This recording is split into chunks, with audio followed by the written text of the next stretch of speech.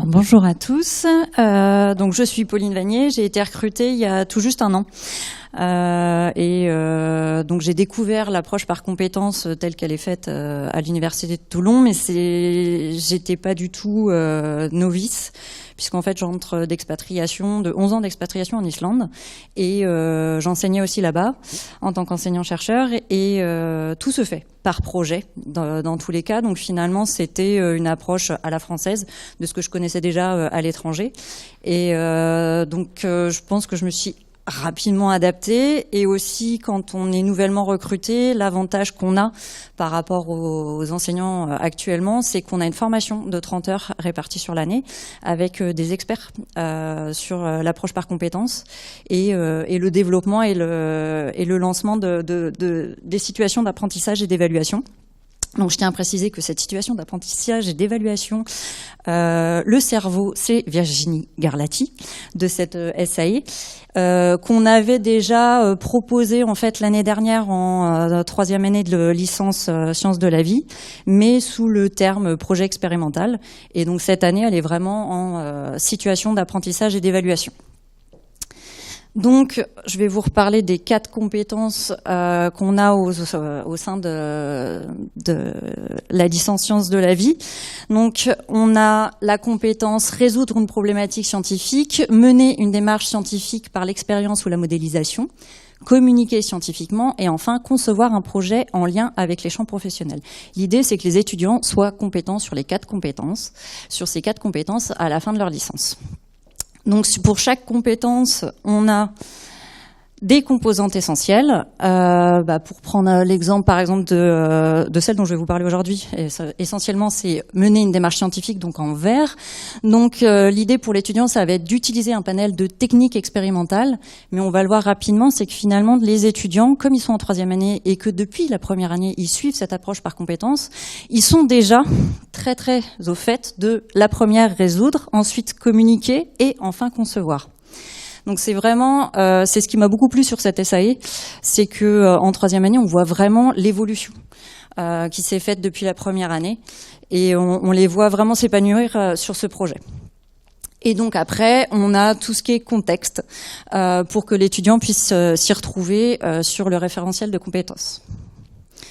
Donc une SAE, qu'est-ce que c'est ? C'est une situation d'apprentissage et d'évaluation, pardon.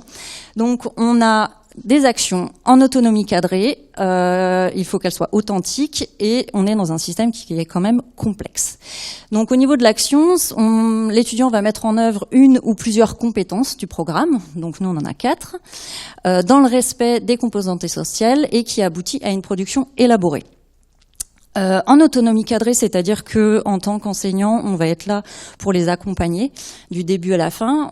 Je vous le détaillerai après, mais on a des cours magistraux, on a des TP, on a des TD et on a surtout du tutorat. Ces tutorats, c'est des moments privilégiés avec l'étudiant de manière à ce qu'on puisse communiquer et que les attentes des uns et des autres aillent dans le même sens.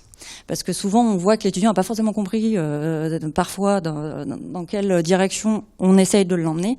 Et les tutorats, c'est là pour réguler justement tout ce travail. Authentique, puisque ça s'appuie sur une situation authentique, réelle ou simulée. Dans le cas de la SAE Tous au Labo, c'est pour les préparer après aux stages qu'ils vont faire en entreprise ou alors directement en milieu professionnel. Et enfin, le côté complexe, c'est que ça amène l'étudiant à résoudre un problème ouvert. Donc dès la première année, on leur apprend à résoudre une problématique, à écrire une problématique, à savoir la formuler. Donc en troisième année de licence, ça c'est un peu la maquette de la troisième année de licence. Donc vous avez à nouveau le code couleur des 4 compétences. Donc nous on est pour cette SAE au niveau de la compétence qui est en verte, mener une démarche scientifique en BGB, c'est-à-dire en biochimie, génie biologique. Et l'intitulé exact de cette SAE, c'est Tous au labo pour répondre à vos questionnements en biochimie, microbiologie, immunologie et biologie moléculaire et cellulaire. C'est-à-dire que normalement, les étudiants doivent mêler tous les contenus disciplinaires qu'on leur a enseignés depuis la première année sur cette SAE. Ils ont aussi ce qu'on appelle des ressources associées avec des cours un peu plus classiques de microbiologie, de biologie cellulaire, etc. Pour les aider dans cette démarche. Voilà, c'est la compétence en vert. Donc le syllabus de cette SAE, ils l'ont dès le départ. C'est-à-dire que pendant le CM de présentation, on leur explique exactement ce qu'ils vont faire. Donc vous allez développer au sein d'une équipe un projet de recherche commun afin de répondre à une problématique de recherche actuelle. Vous êtes libre de votre choix de thématique de recherche tant que celle-ci est éthiquement et matériellement réalisable au sein du département de l'Université de Toulon. D'où les tutorats, pour réguler. Parce que on en a, ils ont des idées superbes, alors éthiquement c'est pas du tout viable et c'est pas du tout réalisable, en fonction aussi des fonds qu'on a aussi, au niveau de l'Université de Toulon, mais aussi de l'équipement. Donc ils vont se baser pour ça sur les savoirs disciplinaires, dont je vous parlais tout à l'heure. Donc là, ça va être immunologie, microbiologie, biologie moléculaire, biochimie, et aussi sur vos savoir-faire appris au cours des SAE précédentes. C'est ce que je vous disais, c'est comme ils sont en troisième année, ils vont devoir mobiliser tout ce qu'ils ont déjà appris en première et deuxième année. Donc les objectifs d'apprentissage, ça va être de renforcer la compétence, mener une démarche scientifique, de réaliser un projet scientifique au choix qui nécessite un traitement scientifique de données et d'expériences au laboratoire et de travailler en équipe avec des groupes de travail de 3 à 4 étudiants. Alors on en a toujours tous les ans qui ne veulent pas travailler en équipe. On est flexible à ce niveau-là, parce qu'on n'est pas tous faits pour travailler en équipe, c'est vrai. On peut être fait pour travailler dans un contexte professionnel, mais pas forcément en équipe. Donc on en a tous les ans, et cette année on en a encore eu qui sont seuls. On leur explique, et ils sont conscients qu'ils ne pourront pas valider l'entièreté de la compétence, du coup. Donc au niveau de la scénarisation de cette SAE, on a 4 étapes et qui sont divisées en séances, en travail en autonomie de l'étudiant et en TP. Donc les séances, on va avoir des CM, on va avoir des périodes de tutorat qui sont réparties sur les 2 semestres, le semestre 5 et le semestre 6. On a des périodes de travail autonome de l'étudiant, en autonomie de l'étudiant, c'est-à-dire que ce sont on a 3 heures tous les mardis après-midi pour les L3, de manière à ce qu'ils puissent travailler avec leur groupe, sans nous, et c'est balisé dans leur emploi du temps pour travailler sur les différentes SAE qu'ils ont. Après, c'est à eux de gérer leur temps. On n'est pas là non plus pour chapeauter. Par contre, ils auront les tutorats. Où ils ont des livrables, donc ils sont en rouge, où ils ont à chaque fois un livrable à nous rendre et une preuve qu'ils ont bien travaillé. Et enfin, on a les TP, puisqu'effectivement, cette SAE, ce sont essentiellement des travaux pratiques en laboratoire, donc un projet expérimental. Donc pour ça, ils ont des sessions de TP, de méthodologie pendant 1 semaine, où ils vont savoir comment travailler ensemble, voir un petit peu les affinités aussi. Le matériel qu'on a ou pas dans les salles de TP, et savoir se repérer dans l'espace. Donc au semestre 5, on a un premier cours magistral de présentation où on vient répondre à toutes les questions. On a 4 séances de tutorat. On a la première séance où ils vont venir choisir leur thème de recherche et ils vont en faire la bibliographie. Une deuxième séance de tutorat où là, ils doivent valider les choix des problématiques et commencer à identifier les protocoles qu'ils vont vouloir développer. La séance 3, ça va être de valider les protocoles qui sont choisis. Donc à chaque fois, nous, en tant qu'enseignants, on est là pour réguler toutes ces étapes. Et enfin, la quatrième séance de tutorat, c'est le choix du matériel nécessaire. Puisque l'idée, c'est qu'ils fassent leurs commandes. Donc ils établissent une liste de tout ce dont ils ont besoin, de voir un peu combien ça coûte, et de voir si c'est réalisable ou pas en laboratoire, et aussi pour nous, qu'on soit capable en temps et en heure de commander. Et ce qui est très important sur cette SAE, c'est qu'on travaille avec toute l'équipe technique des travaux pratiques de l'UFR Sciences, et ça leur demande un travail colossal de leur côté, puisqu'ils vont regarder si, par exemple, tel ou tel milieu de culture pour telle bactérie est disponible ou pas, et on est vraiment en étroite relation avec aussi toute l'équipe technique. Au deuxième semestre, ils ont une séance de tutorat pour valider le matériel et les commandes qu'ils auraient choisies. Ça leur permet aussi de travailler et de savoir un petit peu quels fournisseurs on utilise en biologie. Typiquement pour après qu'ils soient complètement autonomes quand ils arrivent sur leur stage en master. On a enfin une séance de CM qui va présenter un peu le fonctionnement et l'organisation des séances de TP. Où est-ce qu'ils vont être, comment ils vont être répartis au sein du laboratoire. Ce qu'on a fait cette année, c'est on doit s'adapter aussi aux étudiants, évidemment, et on avait une étudiante qui était immunodéprimée. Donc ça a demandé aussi beaucoup de logistique et d'organisation, de manière à ce que cette étudiante ne soit pas en danger quand on fait ces manips-là. Et donc on a adapté les protocoles en conséquence.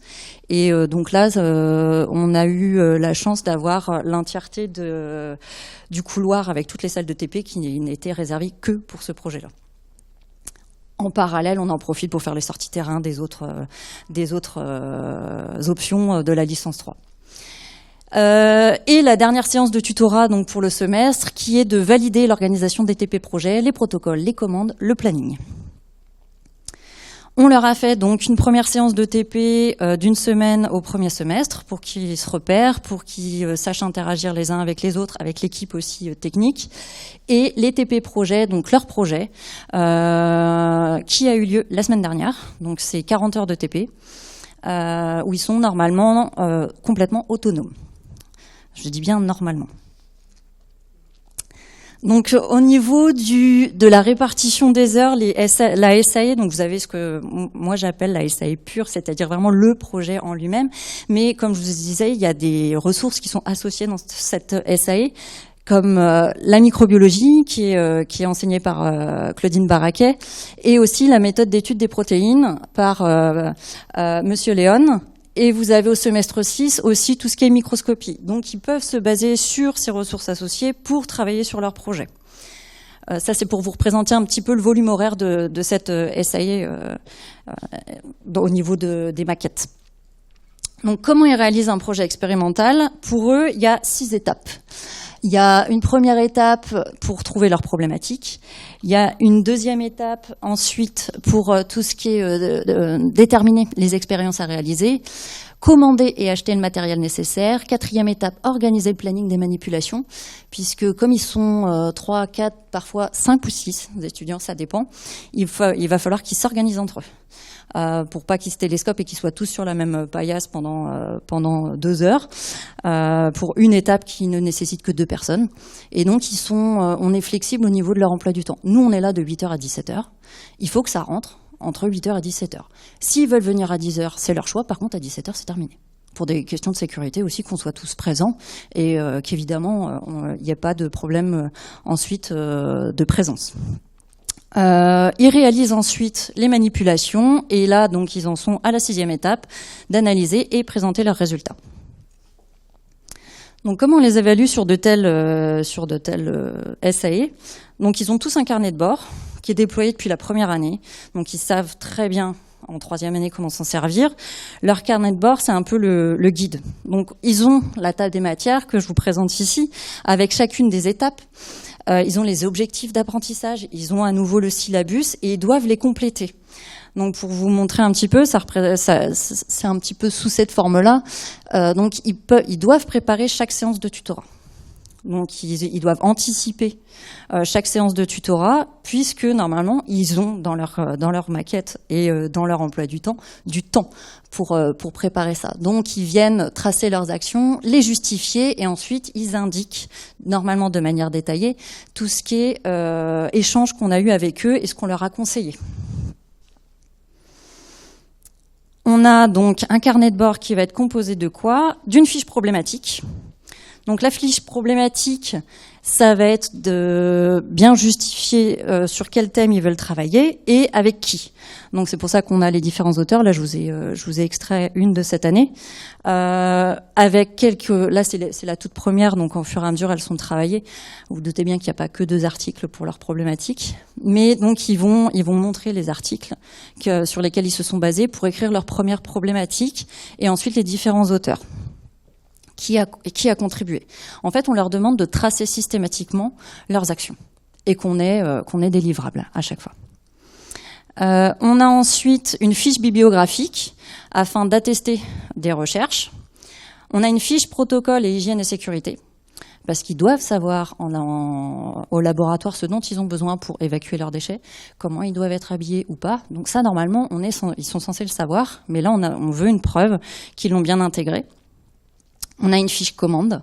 La fiche commande, elle est accessible pour tout le monde. On travaille beaucoup sous Teams, et donc elle est accessible pour tout le monde, et aussi évidemment à l'équipe technique qui suit et qui pose ses questions au fur et à mesure s'il y a des choses qui ne sont pas claires. Il y en a toujours qui proposent des fournisseurs avec lesquels on ne travaille pas. Alors comment les étudiants s'y retrouvent pour savoir quel fournisseur avec qui travailler? C'est que on a un listing, on a l'inventaire qui a été fait par l'équipe technique, qui est déposé sous Teams, et normalement ils se réfèrent à l'inventaire. Et si ils doivent commander un produit spécifique, là il y a des échanges avec l'équipe technique qui se fait directement. Ensuite, ils vont déposer leur cahier de laboratoire pour justement que les habitués tout de suite à travailler avec un cahier de laboratoire, et à quel point ça les protège aussi pour l'avenir. Si jamais un jour ils veulent déposer des brevets, par exemple. Donc pour tout de suite les habituer à tout écrire, et aussi comme les séances de TP ont eu lieu la semaine dernière, vous doutez bien qu'avec tout ce qu'ils ont à faire, dans 1 mois et demi, quand ils vont rendre le livrable final, ils auront oublié la grande majeure partie de ce qu'ils auront fait pendant les séances de TP. Donc ça leur permet d'avoir une trace. On a une fiche expérience qui est réalisée en équipe et qui est très précise. C'est-à-dire qu'on veut pouvoir savoir, par exemple, ce qu'ils vont faire ce qu'ils ont l'intention de faire entre 10h et midi le mardi de la semaine de projet. Et qui fait quoi. Et le livrable final, c'est un article scientifique, là on a décidé de le faire au format de ce journal, PNAS, et donc on leur envoie le template, comme ça ils peuvent travailler, et ils s'habituent tout de suite à rédiger des articles scientifiques. C'est en anglais, évidemment. Donc au niveau du bilan, au niveau des étudiants, ça renforce donc la compétence mener une démarche expérimentale, mais je vous disais pas que, parce que forcément pour mener une démarche expérimentale, il faut déjà savoir résoudre une problématique, et ça, du coup ils l'ont. Concevoir un projet, là c'est clairement l'idée, et enfin communiquer scientifiquement, puisque là ils vont rendre un livrable pour exprimer tout ce qu'ils ont fait, expliquer tout ce qu'ils ont fait, analyser aussi tout ce qu'ils ont fait. Au niveau des soft skills, donc des compétences intrapersonnelles, personnelles, il y a un vrai travail en équipe qui se fait. Alors même pour la personne qui va être toute seule, finalement, elle est au milieu du groupe. Donc elle s'adapte aussi au reste du groupe. Il y a une écoute active entre eux et des gestions de conflits.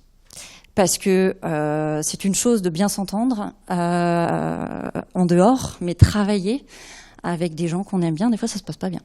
Et donc tous les ans, on a des clashs pendant le TP, enfin pendant la semaine de projet, parce que ils s'entendent pas du tout sur la manière de faire, et parce que on est en biologie et que systématiquement le plan A ne fonctionne pas. Donc ça leur demande beaucoup d'adaptabilité, de capacité à faire face à l'incertitude. Alors il y en a qui perdent complètement leurs moyens quand ça ne fonctionne pas, et puis il y en a d'autres qui vont prendre le pas, et on voit, c'est vrai, on voit les leaders tout de suite dans ce genre de cas. Ça leur apprend à être responsables, puisque grâce aux commandes, ils savent à peu près le prix du matériel qu'ils sont en train d'utiliser. Ils sont un peu plus attentifs. C'est bien. Par exemple, les enzymes de restriction ou les polymérases qu'on va utiliser, qui sont à 500 €, les 500 microlitres, ils y font très attention maintenant. Ils le mettent dans la glace et tout, il n'y a plus de problème. Ça leur apprend aussi tout ce qui est intégrité, à ne pas pipoter leurs résultats. Parce que ça, on en a toujours en travaux pratiques, là, ils peuvent pas. Parce que si le début du projet ne fonctionne pas, ils vont pas pouvoir analyser des résultats qu'ils n'ont pas. Donc ça, voilà, c'est normalement, il y a pas de souci là-dessus. Ils sont évidemment autonomes. Enfin, on leur apprend autant que possible, et il faut qu'ils apprennent à gérer leur temps. Alors au niveau gestion du temps, cette année, ça s'est très bien passé. On avait même réussi à caler une phase de grand nettoyage de toutes les salles de TP. Donc ça s'est très bien passé cette année, et l'entente était plutôt bonne. Et puis évidemment la dernière compétence de la communication écrite. Alors pour nous en tant qu'enseignants, Le bilan, c'est que c'est un travail en équipe et un sens du collectif, parce que toute cette démarche d'approche par compétence, elle ne pourrait pas se faire si on n'était pas une équipe soudée. Clairement, on échange énormément à ce sujet. Au niveau des grilles d'évaluation, on en parle énormément. Les formations qu'on a eues aussi, que j'ai pu avoir, ou alors Elisa Katao, que vous avez pu voir la semaine dernière, c'est pareil. On a eu ces formations d'approche par compétence. Ça demande beaucoup de coordination, puisque ça impose aussi pour le département bio d'avoir une semaine qui est balisée que pour ça. Une écoute active entre nous, bien évidemment. Une adaptabilité, une capacité à faire face à l'incertitude aussi, puisque quand les étudiants n'ont pas du tout leur projet qui fonctionne, comment on fait ? Et enfin, une acceptation du feedback. Forcément, les étudiants ont toujours des choses à redire quand on propose ça, et on s'est adapté par rapport à ce qu'il y avait eu l'année dernière. Responsabilité aussi, puisqu'on est quand même responsable des étudiants et de la sécurité des étudiants au laboratoire, avec aussi des élèves, par exemple, comme cette année, qui sont immunodéprimés, et beaucoup de professionnalisme. Et une communication orale, là, pour le coup, pour nous. Et si je devais résumer en un mot cette SAE, c'est que c'est, pour moi, très enrichissant, sur tous les plans. Que ce soit avec mes collègues au niveau du département de bio, avec l'équipe technique de l'UFR, mais aussi avec les étudiants. On a vraiment un échange. Alors quand je suis arrivée ici, on m'a dit tu verras, tu arrives dans une petite université. Moi, ce que j'ai vu en petite université, c'était le côté humain, surtout. Que on a en fait une université à échelle humaine et qu'on peut vraiment communiquer facilement. Et ça, c'est vraiment une preuve à quel point ça peut être enrichissant. Donc évidemment, je remercie Virginie Garlati, qui est le cerveau de cette SAE et de l'approche par compétences. Claudine Baraquet, parce que forcément cette SAE, ça se fait à deux. Je suis pas seule là-dessus, on était deux cette année. Sylvie Faure et Jérôme Garcia, qui sont l'équipe technique de l'UFR, sans qui ça pourrait pas se faire, clairement. On les a conviés aussi à certaines séances de tutorat, pour qu'ils puissent échanger directement au niveau des techniques, au niveau des commandes à faire. Et toute l'équipe NCU Mistral et les ingénieurs pédagogiques et les formateurs, parce que j'ai énormément appris cette année et c'est aussi pour ça que ça roule aussi bien cette année. Voilà, merci pour votre attention.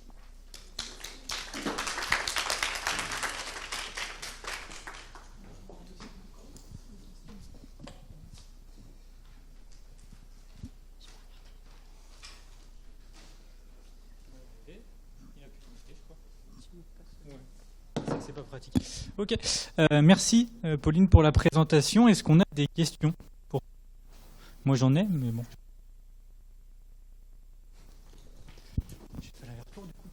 Merci. Oui. Je voudrais savoir, c'est la première année pour la L3 que vous faites oui. Et...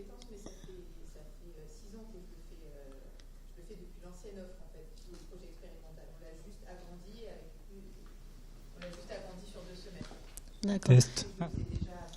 Et les étudiants ont évoqué justement ce type de format en conseil de perfectionnement ou pas trop? Et c'est positif? Très. Et ce qui était chouette cette année, c'est qu'on a eu d'anciens étudiants qui par hasard passaient la semaine dernière, donc pendant les TP. Et du coup, ils étaient très agréablement surpris parce que les autres années, ça durait que 2 jours. Et cette année, c'était une semaine entière. Et ils étaient là, mais vous vous rendez pas compte de la chance que vous avez là, de faire ça. Enfin, on demande toujours des TP, là, vous êtes complètement autonome. Et finalement, ce que vous allez développer là, nous, en master, ça nous sert énormément. Et justement, là, ils découvrent les masters. Et ceux qui ont déjà eu un peu de SAE, ils s'éclatent. Ils sont hyper autonomes et ils nous ont dit que c'était une vraie chance parce qu'ils n'ont pas cette phase d'adaptation qui est nécessaire au premier semestre de master. Eux, tout de suite, ils savent travailler par projet et ça roule. Et ils ont, à la fin, avec Madame Baraquet, là, le vendredi, ils sont tous venus nous remercier, comme quoi c'était super, qu'ils s'étaient éclatés et que ça mettait vraiment en place tout ce qu'on leur avait appris pendant 3 ans.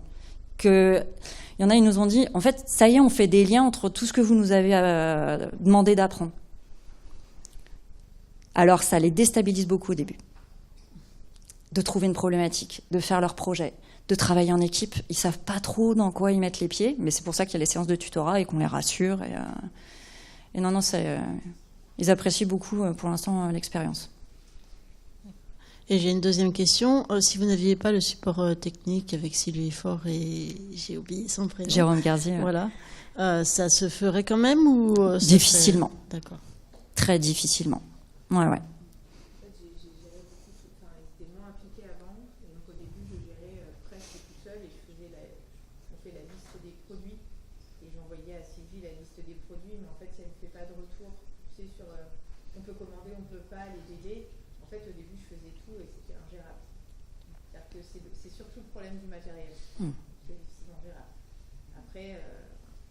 Là, typiquement, cette année, il nous a manqué certaines choses qui sont arrivées le vendredi à 11h, pour être précis. C'était pas un mois. Donc après, on s'est dit, c'est pas grave, pour l'année prochaine, au moins, on aura tout ce qu'il faut, vraiment. Parce que c'est pas du périssable, mais c'est vrai que, voilà. Typiquement, ça demandait de l'adaptabilité de la part de tout le monde, parce qu'il y a toute une partie, certains étudiants, il y a toute une partie qu'ils n'ont pas pu faire. Donc, ils se basent sur la bibliographie, ils font d'autres choses, ils analysent de manière différente, mais il y a toute cette partie qu'ils n'ont pas pu faire. C'est les aléas de ce qu'on rencontre aussi au labo, en fait. Donc, ça les confronte vraiment à ce qui les attend. D'autres questions pour Pauline ? Non. Moi, j'avais une petite question sur la partie, justement, les points qui pourraient être améliorés ou les difficultés. Donc là, on a parlé un petit peu du matériel, mais est-ce qu'il y a d'autres choses que tu as vues ou ressenties pendant le déploiement de la SAE, en fait ? Moi, je leur verrais bien faire aussi un petit oral de présentation. Parce que du coup, leur livrable final, c'est un contenu scientifique, mais c'est vrai que maintenant ils sont très très habitués sur toutes les SAE à produire un contenu oral avec des teasers, enfin ils s'éclatent. Et ça, oui, le côté contenu oral pour valoriser aussi, même sur le site de l'université par exemple, et aussi montrer qu'on sait faire, puisque c'est vrai que l'avantage des SAE aussi, c'est que ça peut permettre à d'autres personnes extérieures d'avoir envie de valider que tel ou tel SAE pour tout ce qui est validation après de savoir et de gens qui veulent refaire des études. Et ça, si on avait ce support vidéo des étudiants, des interviews des étudiants par exemple, ou un petit peu de comment ça s'est passé, je pense que ça valorisera d'autant plus toute l'approche par compétences. Alors moi, j'adore l'approche par compétences. C'est vrai que parce que ça fait 11 ans que je fais ça, que je me suis éclatée à l'enseigner à l'étranger, et que j'étais super contente qu'en France ça se fasse maintenant. Et du coup, je suis désolé, je monopolise le micro, n'hésitez pas si vous avez des questions, mais ça m'amène une autre question. Est-ce que tu as vu du coup des différences dans le déploiement de l'APC par rapport à ce que tu avais vu à l'étranger, ne serait-ce que la réception des étudiants, sans parler forcément des collègues, mais au niveau des étudiants? Ce qu'il y a en France, qu'il n'y a pas à l'étranger, c'est l'encadrement. En Islande, on leur proposait un projet et débrouillez-vous. Donc il n'y avait pas vraiment de régulation du projet, et donc finalement il y en avait qui se plantaient, mais complètement. Après des semaines à travailler dessus, chose que là on est vraiment impliqué. On est vraiment impliqué en tant qu'enseignant. Il y a vraiment, et puis il y a ce côté très humain parce qu'on les voit en présentiel. C'est des rendez-vous de 30 minutes avec eux par groupe, et ça c'est vrai que je trouve c'est important parce qu'évidemment qu'en troisième année ils n'ont pas tout ce recul qu'on a. Après, je pense que j'aimerais qu'on fasse les TP en anglais. Mais ça, c'est une autre histoire. Parce qu'en TP, je pense, de le parler, ce sera peut-être plus simple pour eux, dans ce contexte-là. Parce qu'à l'heure actuelle, le rendu, donc c'est un rendu écrit, ouais. Et il est en français ou en anglais ? En anglais. En anglais, d'accord. Okay. Mais du coup, les TP, c'est vrai que se font en français, mais on leur impose un rendu en anglais, qui font plutôt bien. Mais c'est un peu le défaut qu'on a en France, c'est qu'on est bon, on peut être bon à l'écrit, mais alors par contre à l'oral. Sachant que ça compte pour 2 SAE. Le rendu, il compte pour 2 SAE, parce qu'en fait, il est encadré sur le fond dans la SAE mise en œuvre, mener une démarche expérimentale, et on le réencadre dans communiquer scientifiquement. Donc Claudine a fait les deux. Alors, je ne sais pas comment vous allez vous séparer. Moi, j'ai les environnements. Et dans communiquer scientifiquement, il faut une animation en troisième année aussi sur la démarche expérimentale qu'ils ont suivie. Donc si vous vous ennuyez, au printemps de la pédagogie, nos étudiants font des démonstrations de leur manip. mais adapté aux gens où ils font faire leur manip. Certains font des petits concours de manip. Voilà, ils essayent de monter une animation sur le travail qu'ils ont fait en parallèle, de façon à le vulgariser un peu sur le mode fête de la science. Vous savez, quand on ouvre les labos, là, moi je faisais pousser des cristaux aux gens. Bah là, l'idée c'est d'ouvrir et que finalement ils puissent montrer vraiment ce qu'ils font. Donc ils sont notés sur 2 essais, ça veut dire qu'en termes de coef, c'est monstrueux, hein, parce que je crois que tous au labo, ça doit être au moins 12 crédits 12. sur l'année. C'est 12. Et communiquer, ça doit être 3. Donc sur ce travail-là, ils sont quand même à 15 crédits, c'est-à-dire un demi-semestre. En même temps, c'est un travail énorme, puisqu'il y a les disciplines qui sont dedans aussi. Et les ressources sont évaluées dedans. C'est-à-dire qu'il n'y a pas de séparation en 3e année du disciplinaire et des projets. Donc c'est pour ça que c'est énorme aussi. C'est pour ça que c'est important aussi qu'on soit là pour réguler, parce que c'est un tel coef, ils se mettent une pression pas possible, et nous on est là pour un peu calmer le jeu, quoi, en leur disant mais ça va, vous n'êtes pas complètement dans les choux, ça va aller, et aussi les 2 premiers jours de TP, ça marche pas, le plan A ne fonctionne systématiquement pas, et donc ils s'adaptent, ils s'engueulent. Et après, c'est reparti le mardi après-midi, mercredi matin, ça commence à aller mieux. Et après, ils se marrent parce que du plan A, ils sont, enfin, comme avait dit une étudiante, on est au plan W, là, madame. Il n'y a plus rien qui fonctionne. Ok. Est-ce qu'on a d'autres questions? Sinon, on passe à la suite. Ça va, c'est bon? Ok. Merci, Pauline. Est-ce que tu peux juste nous aider pour bidouiller sur Teams, s'il te plaît? Et puis on va écouter Joachim, qui va venir nous présenter la SAE qu'il met en place. Alors, du coup, ce qu'il faudrait, c'est arrêter le partage. Donc ça serait une échelle beaucoup plus petite. C'est pour les SAE en maths. Et j'ai pas vraiment eu le temps de préparer un truc, donc j'utilise le diapo que j'utilise pour les étudiants, pour leur expliquer. Et on fait ça en L2 et en L3. Ça se fait au 2e semestre. Et pour revenir à ce qu'on vient de finir, la question des crédits, ils ont 2 crédits sur ça. Donc ça n'a rien à voir avec ce que vous faites. Et voilà. Et donc les matheux, en général, sont les types qui sont dans leur KGB et qui calculent avec un petit crayon et qui sortent jamais de leur KGB. Donc tout d'abord, les 4 derniers points. Donc les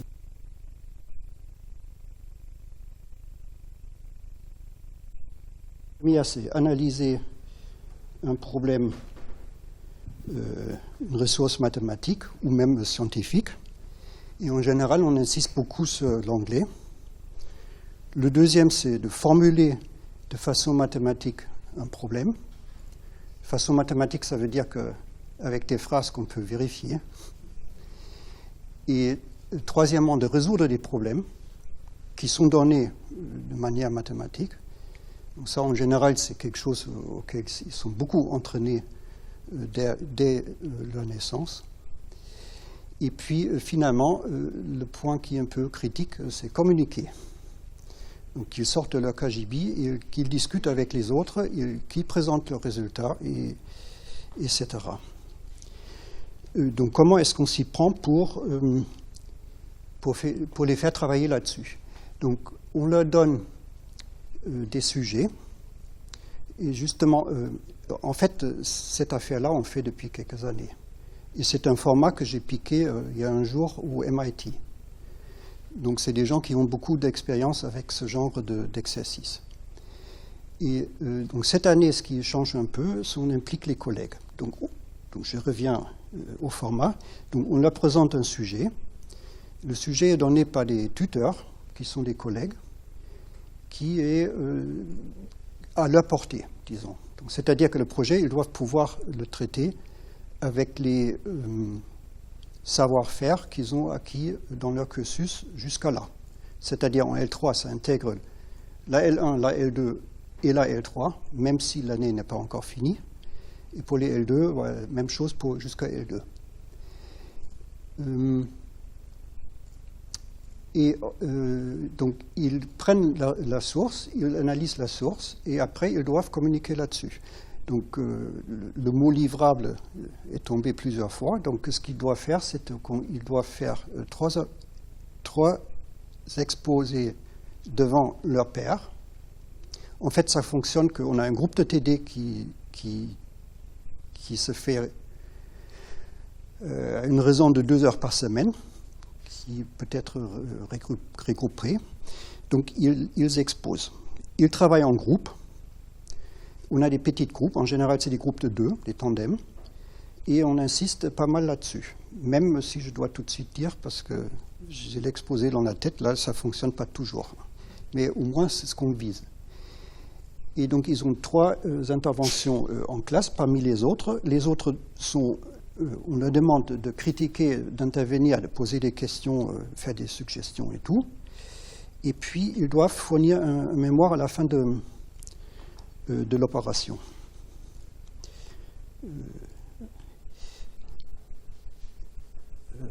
Donc, là, ça va être compliqué. Hein.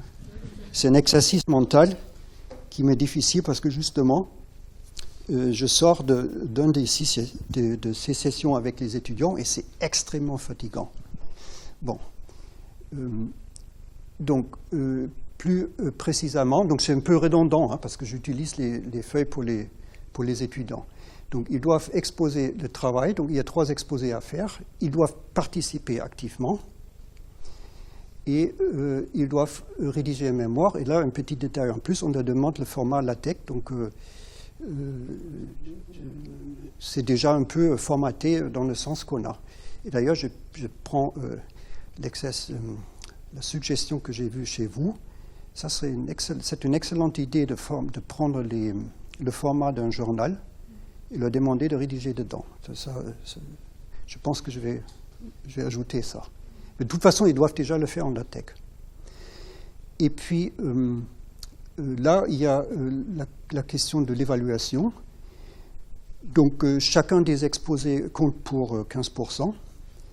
La rédaction du mémoire, c'est 35%. Et la participation active et passive, c'est 20%. Et là, j'ai marqué 10% pour les questions et 10% pour les réponses. Mais il y a aussi des choses de base, par exemple, d'être présent dans les exposés, ce qui n'est pas évident à manager avec les étudiants. Donc l'idée de ça, c'est que, parce que justement, comme j'ai dit au début, il y a des petits génies qui ne sortent jamais de leur trou, donc ils ne peuvent pas, même en faisant un mémoire à 20 sur 20, ils ne peuvent pas avoir la moyenne. Idem pour l'exposé.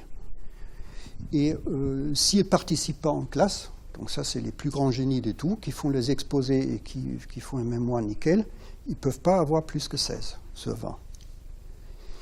Donc c'est l'idée un peu de ça. Donc, ensuite, donc c'est encore plus de détails sur les exposés. Donc le premier est un exposé de 10 minutes par sujet, donc c'est-à-dire que si c'est un tandem, c'est chacun à 5 minutes. Ils sont évalués d'ailleurs sur le travail en groupe, donc ils ont intérêt de se répartir d'une manière équitable les interventions. Ils doivent faire une introduction au sujet et de présenter un plan de travail et un plan pour les exposer. Et ça, je n'ai pas en tête si ça réarrive tout à l'heure, parce que le petit détail à ajouter, c'est qu'ils ont une pression pour ça. Donc ils ont une semaine, on leur présente les sujets, ils doivent faire le choix des sujets, ils doivent présenter la première petite présentation après une semaine. Après le deuxième exposé, donc c'est 30 minutes par sujet, il y a les premiers résultats qui doivent apparaître. Donc tout ça, c'est des maths, hein, donc c'est-à-dire qu'ils doivent avoir une formulation précise du résultat.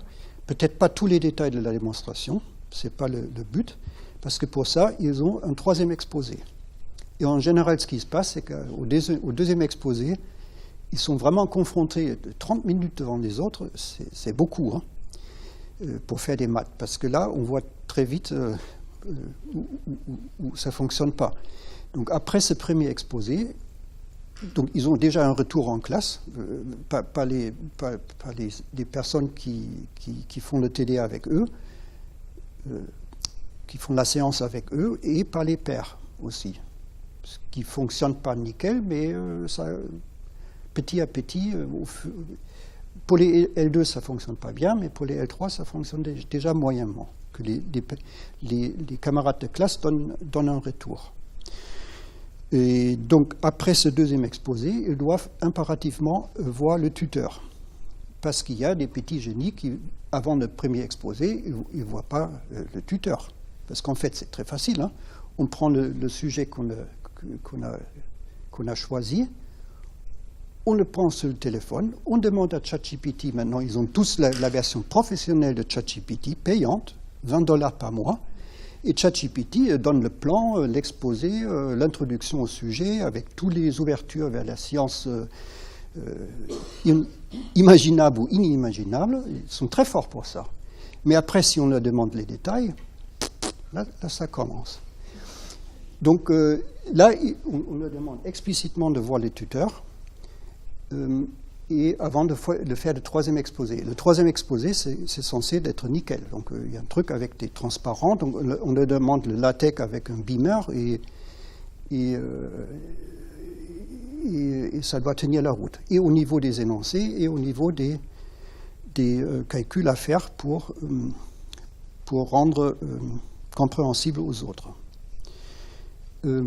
Pour le mémoire, donc qu'est-ce que ah oui, en fait là j'ai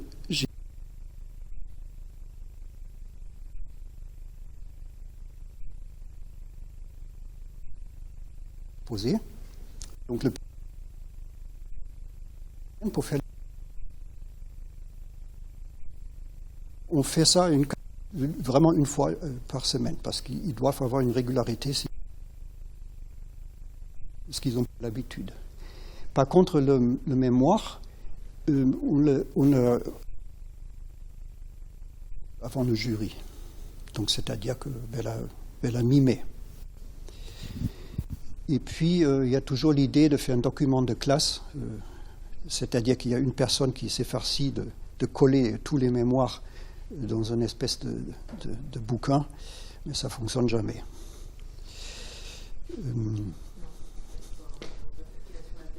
Oui, ça fonctionne si moi je le fais, mais...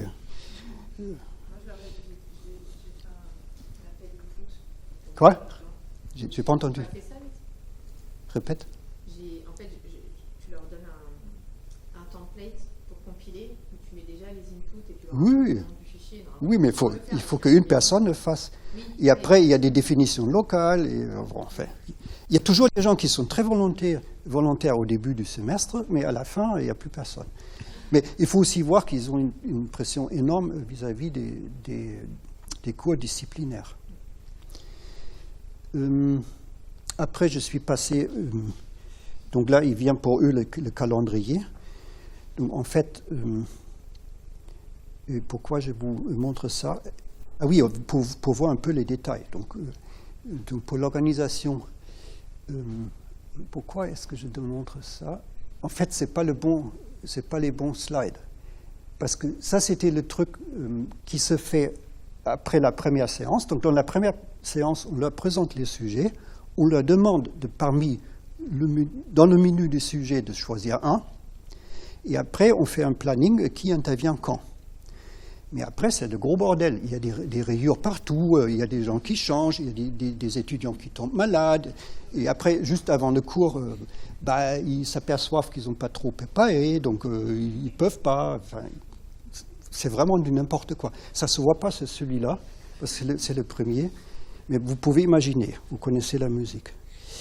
Dans le suivant, je l'ai gardé parce qu'on voit un peu l'intervention des collègues. Parce que justement, ça c'est la nouveauté des SAE de cette année, qu'on arrive à avoir un peu des collègues qui interviennent, qui donnent des sujets. Parce que je dois avouer qu'il y a quelques années, c'est moi qui posais tous les sujets. Et ce n'était pas génial, parce que finalement, pour m'en sortir, je leur ai demandé de lire un bouquin un peu complexe, mais ce n'est pas la bonne méthode. Donc là, il y a vraiment des collègues qui donnent des choses qui leur paraissent importantes. Ça peut être des compléments de cours, des choses qui n'ont pas été vues en cours, parce qu'on ne peut pas tout faire avec les heures qui sont de plus en plus réduites, soit qui mènent à des thématiques de recherche actuelles où on veut amener les étudiants. Il y a même des collègues qui commencent à être intéressés, parce que dès la deuxième année, on peut voir les étudiants qui sont susceptibles de continuer. Donc là, qu'est-ce que je peux dire? Ah oui, mais ça c'est aussi...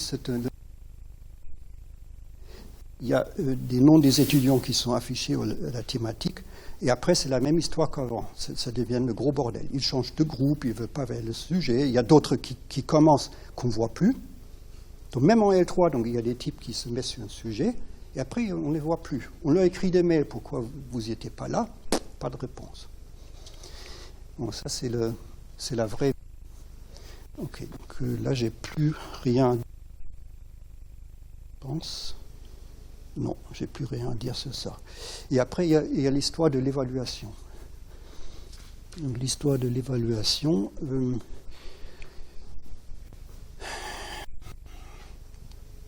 c'est pas encore ça. Hein. Non, ça, c'est plutôt la définition de la SAE. Mais ce qui est important pour eux, c'est qu'ils doivent quand même comprendre, c'est que c'est eux qui sont responsables du travail qu'ils doivent faire, ils doivent s'engager activement. Et ça, je pense que c'est la partie la plus dure et la partie la plus gratifiante si on sait faire passer le message. Parce que surtout pour les clients matheux, c'est toujours l'état d'esprit. On me donne un sujet, on me demande un calcul, je fais. Pendant quel temps et tout ça, c'est des questions qui ne se posent pas. Ils ne sont pas responsables, en fait. Et donc ça, on leur dit, on leur est dit, on essaie de faire comprendre vis-à-vis de cette SAE.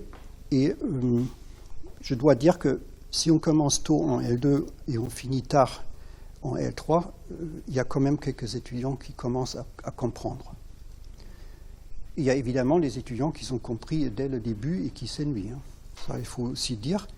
Mais c'est bien parce qu'ils s'ennuient avec le cadre, mais en général, c'est eux qui choisissent les sujets les plus difficiles, qui peuvent vraiment être intéressants, parce qu'on peut faire beaucoup de choses avec le peu qu'ils ont appris dans les cours disciplinaires. Qu'est-ce que je voulais dire par rapport aux évaluations? Donc, on insiste beaucoup qu'ils font des énoncés qui tiennent la route, qui ne mélangent pas les définitions et les résultats, parce qu'au début, c'est ça qu'ils font, surtout parce que justement, c'est une raison pour laquelle on ne fait pas une SAE de ce type en L1. Ce n'est pas la peine, hein. C'est trop tôt. On en a discuté plusieurs fois quand on a développé ces affaires-là. Pour les matheux en L1, je pense que c'est trop tôt. Après, on insiste beaucoup sur la question si les notations sont cohérentes du début jusqu'à la fin, parce que, en fait, ChatGPT c'est bien, mais il n'utilise pas qu'une seule fois. Il demande un jour, il oublie le résultat, il demande la semaine après, et c'est peut-être les notations ont peut-être changé. Donc ils font juste un copier-coller, et ça rigole. Ouais. Après, un autre point qui est important pour nous, c'est qu'ils ne rabâchent pas justement ce que le logiciel leur dit, mais qu'ils font un effort de faire le lien avec ce qui a été vu en classe et de le présenter aux camarades de classe. Donc ça, c'est le point que les notations sont que les éléments présentés sont compréhensibles par les pairs. Et le quatrième point aussi, qu'ils font le lien avec ce qu'ils voient en classe. Parce que parfois, ils ne reconnaissent même pas les théorèmes, les sujets qu'ils ont vus. Donc ils présentent quelque chose comme la plus grande nouveauté de l'univers, mais ils sont vus l'année avant avec un prof pendant 4 semaines. Quoi. Oui, c'est partout pareil, j'imagine. Et après, pour l'analyser, dans la grille d'évaluation, il y a un point que les clés de la ressource sont synthétisées, qu'ils ont fait le lien avec le cursus encore, et qu'il se restreint à présenter les éléments pertinents et pas de partir à gauche et à droite. Justement, ce matin, j'avais un groupe qui était carrément dans la gravité en boucle. Je ne sais pas où ils ont entendu parler de ça. Et ça n'avait peu à voir avec le sujet. Mais bon. Je veux bien qu'ils partent un peu, qu'ils ont un esprit un peu volant, mais il faut quand même qu'ils reviennent à la terre quand ils rendent les affaires. Après, pour la résolution, évidemment, ça c'est notre métier, qu'on insiste beaucoup là-dessus. Et après, c'est la communication. Donc, l'oral, on commence avec le truc de base qui respecte le timing. Donc, puisqu'on le dit au début et on le répète 1000 fois, ça commence à rentrer. Et après, de nouveau, qui sont concis et qu'ils peuvent, qu'ils donnent ça aux pairs, quoi. Que c'est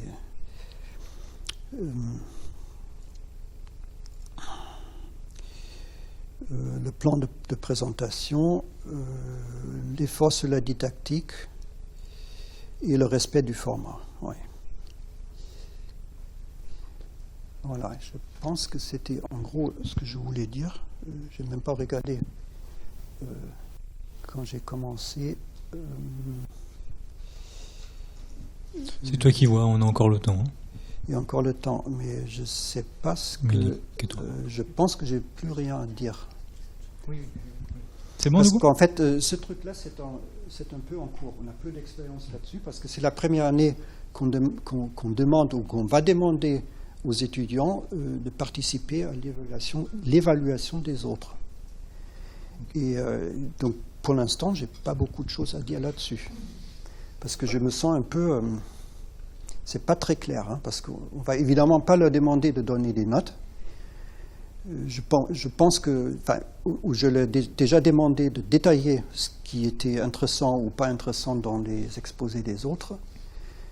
Et peut-être on va faire un classement. Mais je pense qu'on va s'arrêter là. Donc si quelqu'un a une expérience avec cette question de faire évaluer par les pairs, on serait preneur. Ouais, je pense que Virginie, toi tu le fais déjà l'évaluation par les pairs, avec des notes. Oui. Alors, non, je fais de l'évaluation par les pairs, mais en formatif. C'est-à-dire que je leur fais évaluer... je fais les autres étudiants évaluer, mais plus dans l'idée de faire que tous maîtrisent la grille d'évaluation. C'est-à-dire qu'en évaluant les autres, ils se posent des questions, ils échangent et ils se demandent s'ils ont bien compris les consignes. Le fait, ce que j'ai pas fait, c'est le fait finalement de compter l'évaluation par les pairs dans la note finale, parce que je travaille sur la bonne ambiance dans mes formations. Ouais. Et s'il n'y a pas une bonne ambiance... dans les formations difficiles, j'en ai qui sont quand même pas gentils, hein, et on est en 3e année. Le classement pour les masters est important, et en SV, dans certains domaines, c'est la compète. J'ai des masters qui sont ultra compétitifs, dont plein d'étudiants veulent aller, et les petites vengeances par en dessous, vu l'ambiance dans la filière santé, je vais pas tenter. Hein. Donc je l'ai fait en L1, je compte pas la note. Des fois, ce que je compte, c'est ils évaluent, ils votent le meilleur projet et je mets un bonus à celui qui a le meilleur projet. Mais en général, en L1, ils sont assez honnêtes. Celui qui a le meilleur projet, pour le coup, il n'y a pas vraiment de surprise. Mais je compte pas la note comme ils proposaient la semaine dernière là, parce que je trouve que si l'évaluation, l'étudiant influence trop l'enseignant, je sais pas à quel moment il se tape dessus, et quand on travaille sur la cohésion, bon, je suis un peu... déjà que moi, j'aime pas leur mettre des notes et devoir me justifier après, alors je me dis que eux non plus vont pas trop aimer. Donc j'ai testé, mais en mode formatif. Je t'évalue, j'ai vu ça qui va pas, qu'est-ce que t'en penses, pourquoi t'as fait ça, pour créer du dialogue, entre les étudiants, pas pour noter. Tu fais un dialogue sur les notes chiffrées ? Non, je prends la grille et ils cochent sur la grille. Et ils échangent sur la grille. Bon, de toute façon, on s'en fout de la note chiffrée une fois qu'on a la grille. Mais voilà, c'est vraiment pour avoir une prise en main de la grille, qu'ils aient au moins lu une fois en notant les autres, ils ont au moins lu une fois la grille. Et qu'ils se posent des questions, quoi. Voilà, entre eux, et qu'ils échangent et voilà. Que ça vienne pas toujours de l'enseignant. Moi, du coup, j'avais une petite question, Joachim, parce que c'est vrai que tu as pas mal parlé de ChatGPT, c'est normal, hein, c'est un petit peu dans tous les esprits en ce moment. C'est quoi j'ai envie de dire, la politique, justement, en maths sur ChatGPT? Est-ce que vous leur... Parce que, bon, donc vous savez bien qu'ils s'en servent, hein, ça, personne n'est dupe, mais est-ce que vous êtes plutôt à leur dire de ne pas s'en servir, ou plutôt vous leur dites de s'en servir comme un outil? C'est quoi vraiment la politique? Je ne vais rien dire du tout, parce qu'ils vont faire ce qu'ils veulent. On ne peut pas leur imposer quoi que ce soit. Hein. Ce n'est pas possible. Donc, par contre, ils doivent rendre les comptes sur ce qu'ils présentent. Oui, de toute façon. Et là, je leur rentre dedans, mais grave. Parce que, justement, ce matin, il y avait quelqu'un qui a terminé avec le prix des actions. Ça, je veux bien, parce que c'est une fonction qui d'une certaine manière, se comporte d'une manière complètement irrégulière. Mais ce qui n'allait pas, il y avait des formules. Et les formules n'étaient même pas expliquées. Donc il y avait un slide à part avec des explications des lettres, mais les explications elles-mêmes n'étaient pas expliquées. Donc ils ne savaient pas du tout de quoi ça parle. Là, c'était clair et net. Et donc là, je ne les ai pas lâchés. Hein. Pendant 10 minutes, 15 minutes, qu'est-ce que ça veut dire cette quantité? Oui, mais monsieur, on ne sait pas. Les autres sont d'accord, c'est très clair et tout. Non. Vous voyez ce que je veux dire? Oui, bah... Un peu trop de mots, mais... On ne peut pas les empêcher d'utiliser ChatGPT. Non. Bah toi, tu t'en rends compte de toute façon voilà, quand tu les interroges un petit peu sur le fond de leur production. Mais du coup, mon questionnement, c'est est-ce qu'on ne pourrait pas un petit peu limiter ça en disant voilà, c'est un outil comme un autre, vous pouvez vous en servir, mais par contre, il faut être sûr que c'est un outil qui vous aide à mener votre réflexion. Mais si vous ne savez pas nous expliquer, justement, ce n'est pas votre travail à vous. Tu vois ce que je veux dire? Oui. Mais comment est-ce que je mesure? Et justement, je mesure en regardant les notations, en leur demandant de me donner le fichier texte. Parce que là, ce matin, il y avait des malins, j'ai déjà vu, de loin. Ils avaient une présentation, comment ça s'appelle, PowerPoint. Hein, PowerPoint avec les photos du livre ou d'un livre collé, quoi. Après, nous, on a ouvert la question en laissant open bar. Vous avez droit, c'est dans la grille de notation. Et en fait, j'ai fait une ligne qui est en gros à utiliser l'IA pour remplacer son travail, à utiliser l'IA pour améliorer son travail, à utiliser l'IA pour faire quelque chose qu'il ne sait pas faire, comme des images par exemple ou des photos. Et ils étaient trop contents. Hein. Ils ont fait comme toi, ils se sont jetés dessus, ils ont voulu faire un programme Python avec l'IA. Donc ils ont fait des morceaux de programme et tout. Puis après, je fais comme toi, je fais un tutorat. Ça veut dire quoi le point unique là? Ça veut dire quoi le point iloc? Ouais, du coup là, ton programme entièrement faux. Hein. Le point unique, ça fait ça. T'as qu'à aller voir le mode d'emploi du. Et en fait, du coup, dans les retours qu'on a sur les carnets de bord pour les 2 SAE, hein, ils ont dit, on aurait mieux fait de réfléchir avant de se jeter sur l'IA. On aurait perdu moins de temps. Donc finalement, je me dis que j'ai peut-être gagné quelque chose. La première année, on a souffert et ça a peut-être été surestimé leur niveau. Par contre, ce qu'ils ont compris, c'est que il y en a, ils étaient même pas capables de m'expliquer leur programme. Hein. Oui, puis d'ailleurs, il faisait pas le programme ce que j'avais demandé. Il faisait un modèle, il traçait des courbes, mais n'importe quoi. Enfin, donc finalement, je trouve que tu le vois quand ils font ça, mais il faut un échange. Si t'as pas de tutorat, c'est ça. Le tutorat est super important. Ouais. Par contre, là, c'est un des points faibles. Heureusement, j'ai pas commencé à en parler parce que c'est plutôt maintenant le moment. C'est que là, on a des collègues qui s'investissent, même pas assez.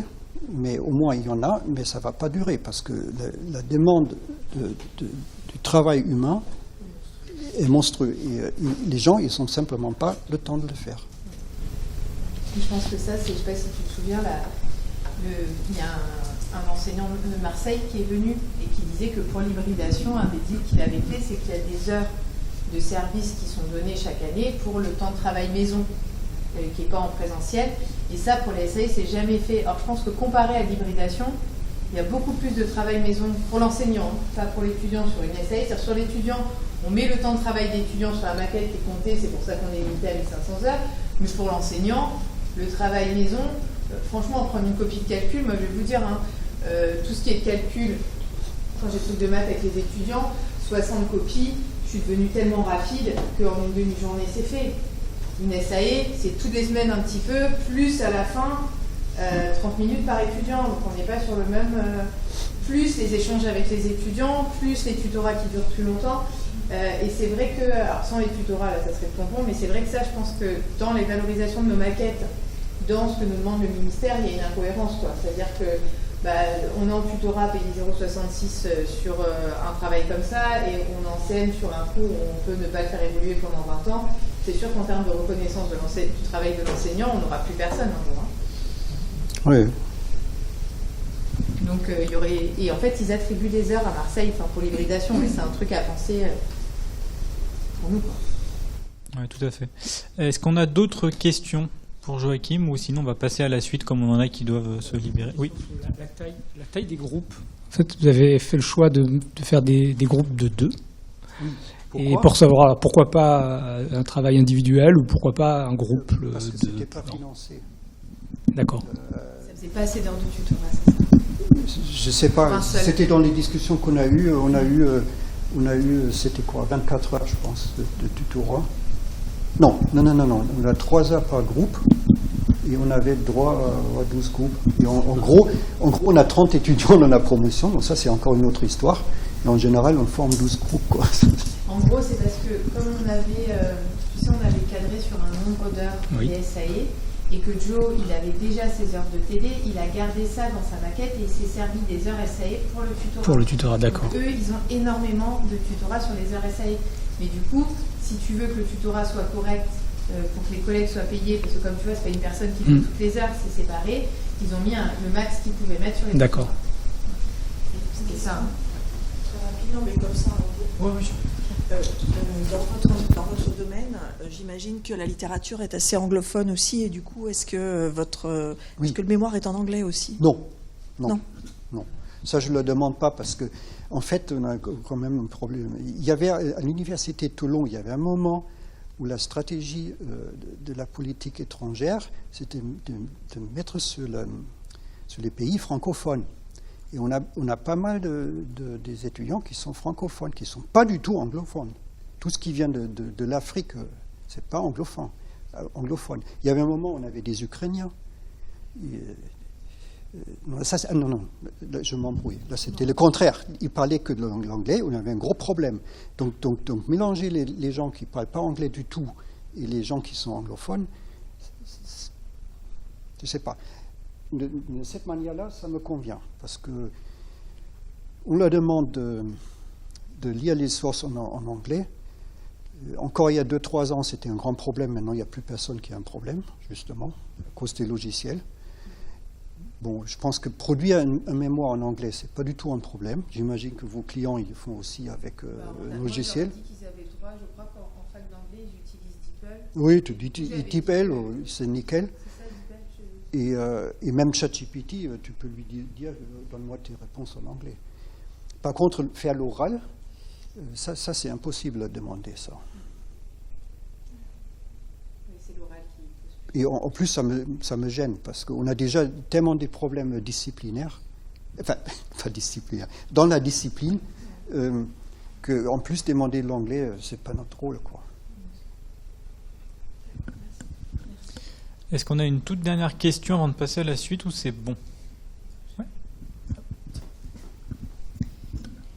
Oui, moi je voulais savoir, parce que donc une SAE telle que tu l'as présentée, enfin telle que Pauline l'a présentée en L3, c'est vrai que ça s'entend parce que ça vient combiner et convoquer des tas de compétences qu'on a développées première année, deuxième année. Donc, du coup, en troisième année, on comprend très bien.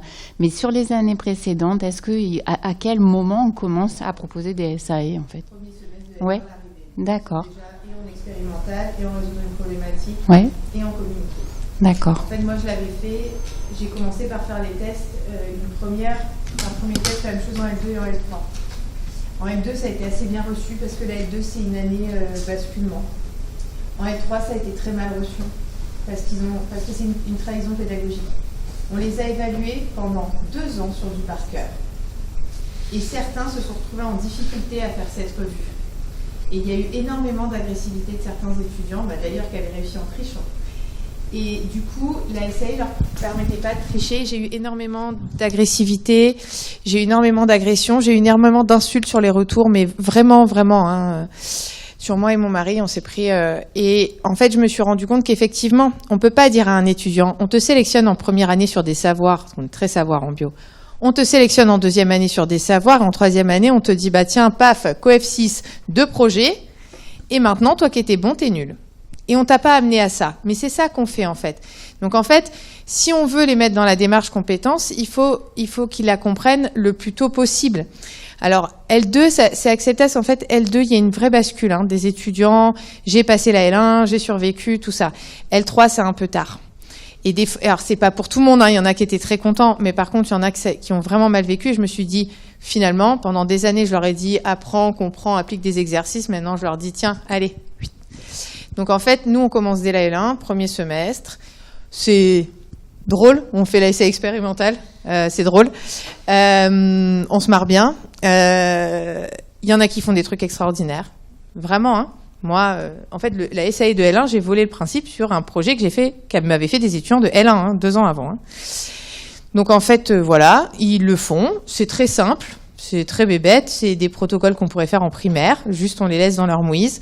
Donc au début, ils font genre « Oh, ça va ». Puis après, ils font « Ah, va pas ». Voilà. Par contre, on a axé sur des axes genre traiter les données informatiquement, avoir des données statistiques, la rigueur du témoin, enfin vraiment les bases de l'expérimental. Et donc, et pareil, pour résoudre une problématique, tout ce qui est biblio, ils ont le droit d'utiliser des sources un peu vulgarisées qu'on choisit. Ils ont le droit d'utiliser des sources en français, deuxième année terminée, ils n'ont que des sources en anglais. Donc en fait, on fait monter le niveau. Mais moi, je trouve que c'est important de rentrer dans la démarche tôt, parce que finalement, c'est vachement dur à s'approprier. Et en troisième année, le semestre où on est classé, pour avoir les masters, on change les règles du jeu. Je comprends qu'ils étaient en colère, en fait. Même si globalement, ils ont eu des mauvaises notes, ils se sont sentis en difficulté sur un semestre clé, en tout cas que eux sentent clé, parce que voilà, de leur formation. Et arrivé là, maintenant, en mars, les L3, c'est le gros relâchage, quoi. Parce qu'ils auront rempli mon master et que ça sera fini. Et en fait, ils voient la fin. Qu'ils aient 10 au second semestre ou 17, les dossiers sont partis. Donc, il faut faire très attention. La L3, une année compliquée. L2, commencer, ça va. Bon, nous, L1, on se marre bien, voilà. On a plus d'abandon, mais plus d'abandon de réorientation, ça me plaît pas la science, en fait. Et ça, c'est OK, je trouve que c'est bien, on les renvoie au SAOI. Moi, je trouve que c'est bien. Après, c'est compliqué suivant les volumes. Droit, 1000 étudiants. Et il faut bien réfléchir à ce qu'on fait en L1. Faut pas hésiter à ce que ce soit bébête, parce que comme disait Joe, des trucs trop complexes, ils sont pas prêts, en fait. Donc, on a mis plus de temps à créer les SAE de L1 qu'on a mis pour les autres. C'est la démarche. Mise en œuvre. Oui, mais ils sont pas prêts. En fait, le problème, c'est qu'ils sont pas prêts en L1 parce qu'ils n'ont pas de recul, parce que tout est nouveau. Donc, dans ce qu'on met, il faut presque que ce soit des connaissances de lycée. Et nous, on fait tourner les disciplines à côté. On est sur des thèmes universitaires sur les sujets. Par contre, en termes de niveau, il y a des choses qu'on pourrait considérer comme auraient dû être acquises au lycée. Enfin, c'est un peu ça l'idée, quoi. Et cette année, alors c'était la grosse frayeur pour les étudiants l'année dernière, c'était de redoubler leur L3. Parce qu'ils s'étaient dit, on n'a jamais fait l'approche par compétence, l'année prochaine c'est approche par compétence en troisième. Donc on en a eu. Et bien cette année, elles s'éclatent. Ouais. Et leurs notes ont explosé. C'est incroyable. Et le retour qu'elles m'ont fait, c'est en fait, on comprend ce qu'on fait et pourquoi on le fait. Et pourtant, elles ont râlé. Ah la vache. Et ce qui est bien, c'est que dans leur portfolio, donc le portfolio, c'est là pour présenter toutes les compétences et montrer, c'est leur vitrine en fait, pour expliquer leur formation, qu'ils peuvent valoriser après derrière pour les dossiers de mon master. Et en fait, c'est la manière dont ces deux personnes expliquent ce que c'est que l'approche par compétence, ce que c'est qu'une SAE. J'ai envie de dire, c'est peut-être même meilleur que ceux qui le font depuis la première année. Parce qu'elles ont le recul avec leur âge aussi, et parce que c'est nouveau, donc elles ont mis du temps à intégrer cette notion-là. Mais là, on est passé de quelqu'un qui ramait complètement à 14 de moyenne. Enfin, c'est juste, et une implication aussi avec les autres. Ah, c'est surtout l'implication parce qu'elles ne venaient pas en cours. En fait. Ouais, et ça y est, on les voit en cours. Elles ne venaient pas, et maintenant elles sont là à tous les cours qui ne sont pas obligatoires. Parce qu'elles aiment. Ça a du sens. Voilà. Ah, moi, j'aurais pas parié une cacahuète sur elle. Hein. À la rentrée, elle regarde, putain, elles reviennent. Oh, les compétences, ça se plaît. Ah, bah, déjà que les cours ont ramé, mon Dieu, mais là, j'ai dit en oral de métabo ce matin. Inès, oh la vache, elle était à fond. Elle a déjà fait le cours. Hein. Elle n'était pas à fond, là. Ok, oui. Par rapport à l'unité, on démarre avec la première année avec des SAE monocompétences. Et après, on fait multi-compétences dès la deuxième année. C'est vrai que ouais, ça monte en puissance. Comment tu fais pour basculer à l'extérieur? Ça le met tout de suite en mode. Je vais brancher mon PC en mode présentation. Dans les maquettes, l'objectif, c'est d'installer au plus tôt. Oui, c'est ce que je vais faire. Oui, tout à fait, oui. Après, est-ce que c'est... Formation, module 1. Barre de navigation, navigation région, liste de 6 éléments, visiter lien, tableau de bord. Alors, ça, c'est ce que perçoit un étudiant aveugle lorsqu'il navigue sur un Moodle. Alors, c'était avant la mise à jour de Moodle, mais en tout cas, c'est ce que percevait avec l'ancienne version de Moodle un étudiant aveugle. Ça marque pour nous le début d'un questionnement qui est comment est-ce qu'on fait en sorte que nos étudiants aient non seulement accès à nos contenus, donc au sens de l'accessibilité numérique, mais aussi comment est-ce qu'on fait qu'ils apprennent. Parce que finalement, dans nos métiers d'ingénieur pédagogique, la question, c'est pas tant que les étudiants perçoivent le contenu, mais qu'ils puissent apprendre avec ce qu'on leur fournit. Et donc, ça a été à l'origine d'un travail que nous avons mené avec Carla autour de l'accessibilisation, un petit peu à 360 degrés d'un enseignement. Pour contextualiser, pour se situer, nous, on se situe dans une perception, dans une définition du handicap qui est celui de l'OMS. Donc, il y a d'autres définitions, mais c'est celle qui nous semblait la plus appropriée. Donc, dans cette définition, dans la classification internationale du fonctionnement du handicap et de la santé de l'OMS, le handicap, il résulte d'une interaction entre les fonctions corporelles, les structures anatomiques, donc le corps d'une personne, les activités et la participation de la personne dans son quotidien, et de facteurs contextuels comme l'environnement.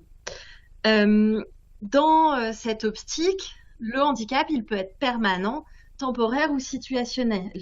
Donc, si on prend l'exemple de nos métiers, une personne en situation de handicap, elle peut ne pas pouvoir utiliser la souris parce que elle n'a pas de bras, parce qu'elle s'est cassé le bras avec lequel elle utilise d'habitude la souris, ou parce que elle est dans un contexte où elle a renversé du café sur son trackpad et elle ne peut pas l'utiliser.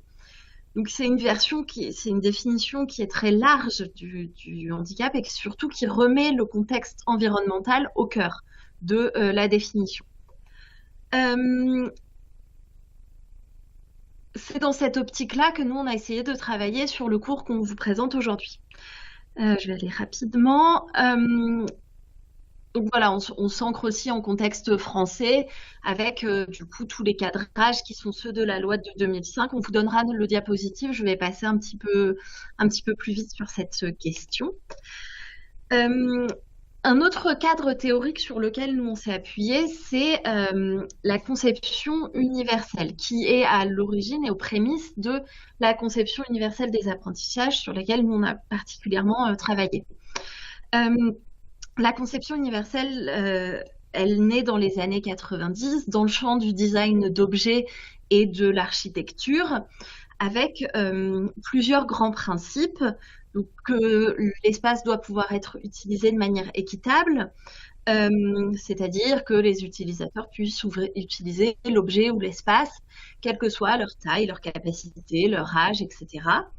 Par exemple, dans le champ de l'aménagement d'espace, ça veut dire que si l'entrée accessible aux fauteuils roulants se fait par une porte dérobée ou via le local poubelle, ben, on n'est pas dans de l'accessibilité universelle puisque c'est pas le même espace et c'est pas la même entrée, quoi. L'idée un des deuxièmes principes, c'est la flexibilité d'utilisation, c'est-à-dire que l'espace ou l'objet s'adapte aux différents modes d'usage. Et puis il y a comme ça 7 principes que je détaillerai pas spécialement, mais que vous pouvez aller voir. Mais il y a l'idée qu'il y ait une tolérance pour l'erreur, un effort physique minimal, une approche libre et une liberté dans l'approche de l'espace. L'idée globale, c'est de lever les obstacles à l'utilisation. Et c'est la même chose que nous, on a essayé d'appliquer à notre enseignement, c'est-à-dire comment lever les obstacles à l'apprentissage de nos apprenants. L'idée principale, c'est que les aménagements, lorsqu'ils sont conçus pour celles et ceux qui sont à la marge, s'avèrent mieux conçus de manière originelle et plus adaptés à tous et toutes. Donc, on a aussi mené un travail autour de l'accessibilité numérique, qui est une obligation légale, réglementaire, qui nous incombe à tous. C'est l'ensemble des règles qui vont permettre aux personnes en situation de handicap d'avoir accès au web et à ses contenus. Donc ça se traduit, l'accessibilité numérique, c'est encadré par des référentiels internationaux, des référentiels nationaux. À l'international, c'est les Web Content Accessibility Guidelines qui sont émises par le World Wide Web Consortium. Ces directives-là, elles sont retranscrites, alors pas exactement à l'identique, mais c'est globalement le même sens, dans le référentiel général pour l'amélioration de l'accessibilité. Et en France, c'est ce référentiel qu'on est censé respecter. Globalement, il y a 4 grandes catégories de questions. C'est est-ce que mes contenus sont perceptibles? Donc, avec les sens à ma disposition, est-ce que je peux percevoir le contenu? C'est-à-dire, si je ne peux pas voir, est-ce que je peux entendre? Est-ce que mon contenu peut être oralisé? Est-ce que j'ai des retours haptiques si j'en ai besoin? Est-ce qu'il y a des choses qui sont cachées ou est-ce que je peux tout voir? Est-ce que je peux voir avec une loupe? Enfin, voilà. La question, c'est est-ce que le contenu est perceptible? Est-ce qu'on peut le percevoir avec les sens qu'on a à sa disposition, sachant qu'on n'a pas tous les mêmes sens? Les contenus sont-ils utilisables? S'il y a, par exemple, un formulaire, est-ce que je peux, ou un quiz, est-ce que je peux répondre à ce quiz à la souris, au clavier, sur un écran de téléphone? Donc ça va être si l'ordinateur, si la machine me demande une action, est-ce que je peux réaliser cette action? Compréhensible, c'est-à-dire est-ce que je comprends ce que l'interface demande de moi? Est-ce que je comprends ce qu'il faut faire pour faire fonctionner le module? Est-ce qu'il faut appuyer pour lire? Est-ce qu'il faut naviguer avec des flèches? Enfin, est-ce que je comprends comment naviguer dans l'interface ou dans l'espace de cours? Et enfin, le dernier point, est-ce que c'est suffisamment robuste pour être transposable d'une machine à une autre, d'une interface à une autre? Ça, pour illustrer la robustesse, ça va être par exemple dans un document Word, si on fait que des espaces pour aligner son contenu, et ben à partir du moment où je vais copier-coller ce texte-là dans un autre navigateur, dans une autre champ de saisie, je vais avoir tout plein d'espace et ça va complètement casser ma mise en forme. Pourquoi? Parce que c'est pas fait de manière suffisamment robuste, suffisamment solide. Donc ça, c'est un travail que nous, on a mené dans le cours. On a travaillé à améliorer l'accessibilité numérique des ressources qu'on a produites, donc des documents, de l'espace de cours et des ressources vidéo aussi. Je vais laisser la parole à Carla. Alors, je vais être très rapide. Juste ce que vous voyez à l'écran, c'est vraiment le module de formation hybride, donc l'espace de cours sur lequel on a travaillé et qu'on a amélioré du point de vue de son accessibilité et numérique et pédagogique. Et ça a été fait dans le cadre de l'action 3 du pôle pilote 100% IDT. On peut passer. Donc en fait, pour cela, nous avons collaboré. Donc nous avons pris en compte tous les besoins qui ont été exprimés par les participants aux premières sessions de ce module de formation. On a eu la chance de collaborer aussi avec le relais handicap santé de l'Université de Caen-Normandie, dans lequel on avait deux collègues. On a deux collègues, l'une sourde et l'autre aveugle, qui ont pu nous faire un premier retour sur cet espace de cours, et suite à leurs remarques, nous avons pu l'améliorer. Et à la fin, nous avons eu cette chance de collaborer avec un étudiant aveugle qui a bien voulu tester avec son lecteur d'écran notre espace de cours et nous aider à l'améliorer.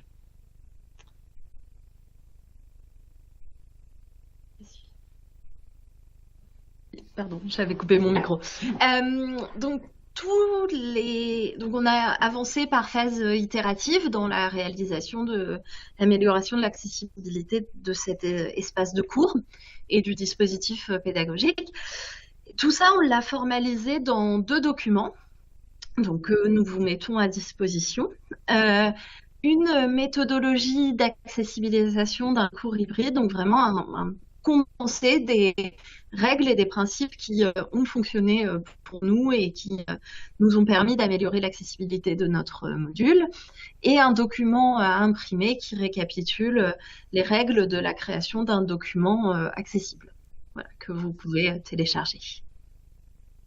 On a aussi du coup utilisé ce travail pour créer 3 modules de formation à l'accessibilité numérique et pédagogique qui sont destinés aux enseignants et aux ingénieurs pédagogiques et que l'on propose dans le cadre du consortium Digital FCU dont je crois dont vous faites partie aussi à Toulon. Voilà. J'ai perdu ma souris. Tac. Alors, peut-être on prendra des questions à la fin parce qu'on n'a plus beaucoup de temps. Donc en fait, juste pour vous dire un mot concernant l'accessibilité, donc on a parlé de l'accessibilité numérique, mais pour parler un peu de l'accessibilité pédagogique, on le sait aujourd'hui, il n'y a pas 2 étudiants identiques. Donc chaque individu a ses spécificités, ses modes de fonctionnement, ses compétences, ses intérêts, ses besoins. Et donc en fait, l'idée d'une pédagogie à visée universelle, c'est de permettre à tous les apprenants d'avoir une chance, d'avoir de vraies chances d'apprendre, quels que soient leurs besoins, leurs intérêts ou leurs compétences. Alors, je vais passer juste rapidement, mais juste pour vous dire que pour favoriser l'autonomie dans les apprentissages, vous aurez accès au diaporama. Ebersold identifie 4 déterminants de l'accès à. C'est vraiment permettre à l'apprenant de prendre part à part entière, de faire partie d'un groupe, d'une communauté, de le reconnaître avec ses spécificités et de lui donner les moyens de se construire, de lui donner le sentiment d'exister et de lui permettre d'agir sur, donc d'être à la fois acteur et auteur de ses apprentissages. Alors, pour la conception universelle de l'apprentissage, c'est vraiment une méthode, un outil au service de la pédagogie à visée universelle. La conception universelle de l'apprentissage, qu'on appelle nous la CUA, elle vise à améliorer l'apprentissage pour tous sur la base de connaissances sur la façon dont les humains apprennent. Et donc, les 3 lignes directrices de la CUA sont offrir plusieurs moyens de représentation pour optimiser la perception du quoi apprendre, offrir plusieurs moyens d'action et d'expression pour améliorer le comment apprendre, et offrir plusieurs moyens d'engagement pour accroître la motivation ou le pourquoi apprendre. Alors, juste pour vous donner quelques exemples au niveau de la représentation, je ne vais pas en donner beaucoup, mais par exemple, on peut donner des glossaires, des traductions, des lexiques pour que la langue, les symboles, les expressions mathématiques ne soient pas un obstacle. Je vais donner pour l'action-expression, je vais vous donner un exemple aussi. Par exemple, permettre l'utilisation de plusieurs outils pour la construction, la composition, la créativité. Vraiment donner plusieurs mettre en tout cas à disposition des apprenants plusieurs outils. Et pour l'engagement, je vais donner un exemple sur l'accueil des intérêts et des identités. C'est dans la dernière version de la CUA, la version 3.0. Là, on parle de cultiver le jeu et le plaisir d'apprendre. C'est vraiment cultiver le plaisir d'apprendre chez les apprenants pour accroître leur motivation et leur engagement dans la formation. Alors, juste pour ne pas utiliser en fait les valeurs de la CUA de façon techniciste, pour ne pas l'utiliser comme une checklist, l'idée c'est vraiment de permettre aux enseignants d'inclure tous les apprenants en toute confiance. Et pour leur permettre d'inclure le plus grand nombre des apprenants, en fait, il faudrait les préparer. Donc, les former à avoir les procédures, les outils, les compétences cognitives. Donc, ça, c'est l'apprentissage de la tête. Les former aussi aux valeurs, aux intentions, aux attitudes inclusives. Ça, c'est l'apprentissage du cœur. Et puis, les former aussi... en tout cas, c'est ce qui va se refléter dans leur pratique professionnelle, donc le savoir-faire. Et tout ça, c'est vraiment former les enseignants à une pédagogie plus inclusive et plus à visée universelle pour leur permettre de prendre en compte la diversité de leurs apprenants. Alors, je vais passer un peu rapidement. Là, je vais vous donner l'exemple de comment on a rendu accessible pédagogiquement le module de formation qu'on vous a montré tout à l'heure. Mais comme on n'a plus beaucoup de temps, je vois qu'il est déjà 15h22. Et si on veut vraiment répondre à vos questions, ça serait peut-être plus intéressant de passer à la suite. Juste pour vous dire un mot, peut-être que en fait, nous avons, quand nous avons amélioré notre module de formation du point de vue de son accessibilité pédagogique, nous avons évalué la perception des participants pour voir si ça a amélioré leur expérience en formation. Et pour cela, nous avons nous avons adapté des questions du quiz Êtes-vous CUA du CRISPECH. Et donc, on a adapté certaines questions qu'on est venu injecter dans l'évaluation du module par les participants. Et donc là, on a vu quand même une amélioration assez importante lorsque on a vraiment pris en compte cette conception universelle de l'apprentissage dès la conception de notre scénario pédagogique. On a vu une amélioration importante de l'expérience en formation. Là, on le voit dans les pourcentages. Voilà. Et c'est ce que je peux vous dire. Je ne vais pas m'attarder non plus sur l'isomorphisme.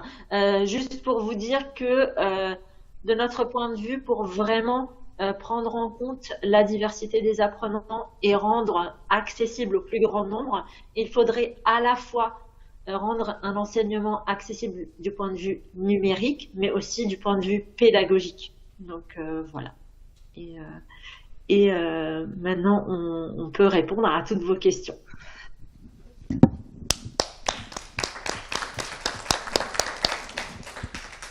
Alors, on était en train de vous applaudir, je ne sais pas si vous avez entendu avec le micro. Merci beaucoup à toutes les deux pour votre présentation. Alors, je sais que voilà, avec les petites contraintes diverses et variées, vous avez dû faire très vite, j'en suis désolé. Moi, comme d'habitude, j'ai plein de questions. Est-ce qu'on a des questions dans l'assistance ? Moi, j'ai des questions. Parce que bon, voilà, l'université de Toulon, bon bah, il y a une grosse partie là du travail sur la mise en place de l'hybridation. Hein. On est parti voilà sur un objectif à 50% d'hybridation, enfin 50% des cours hybridés. Et donc du coup, quand j'ai lu l'article que vous avez rédigé, c'est vrai que je me suis un petit peu posé la question de me dire en fait, On parle d'hybridation, mais j'ai pas l'impression vraiment qu'on se rende compte de ce que ça implique en termes d'accessibilisation justement des contenus. Parce qu'avoir 50% de contenus hybridés, bon déjà ça pose la question, on va dire, de comment on définit l'hybridation, comment on définit ce seuil. Mais après ça, il y a la question de tous les étudiants qui vont avoir un handicap, qui vont avoir des difficultés, par exemple de perception. Comment est-ce qu'on fait pour les prendre en compte dans cette démarche d'hybridation ? Et j'ai pas la réponse. Alors c'est bien, vous nous apportez des petites clés, des petits outils. Moi, ma question, c'est comment est-ce qu'on fait aussi pour justement accompagner les enseignants dans cette démarche-là, puisqu'on a déjà des enseignants qui pourraient être réfractaires à l'idée de mettre leurs cours à disposition en ligne. Et comment est-ce qu'on fait en plus pour les emmener dans la démarche justement de rendre ce contenu-là le plus accessible possible, parce que finalement ça représente une charge de travail supplémentaire et ils n'ont pas forcément le temps disponible pour faire ce travail-là.